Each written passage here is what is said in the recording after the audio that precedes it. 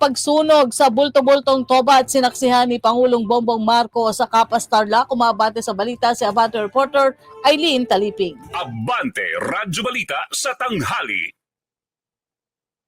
Rocky, sinaksihan ni Pangulong Ferdinand Marcos Jr. ang pagsunog sa bulto-bultong tobat sa pamagitan ng thermal decomposition sa Barangay Kutkut II, Kapas Tarlac ngayong Miyerkules ng umaga. Mahigit 9 billion pesos na halaga ng iligal na gamot ang sinunog sa incinerator, kabilang na dito ang mga nakuhang lumutang sa mga karagatan ng Zambales, Pangasinan, Ilocos Norte, Ilocos Sur at Cagayan.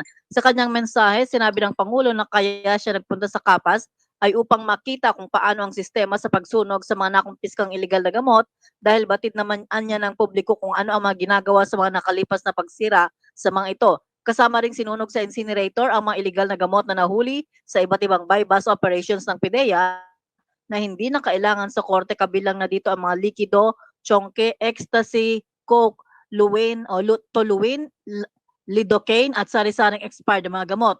Sinabi ng Pangulo na nais niyang makasiguro na ang mga nahuling kontrabando ay talagang sinisira at wala ng pag-asang bumalik pa at maibenta sa labas. Ang mga kontrabando ay sinunog sa temperaturang 700 degrees Celsius na tatagal ng 10 oras. Ako si Eileen Taliping ng Abante Radyo. Ito ang balitang mabilis, mabangis at walang mintis.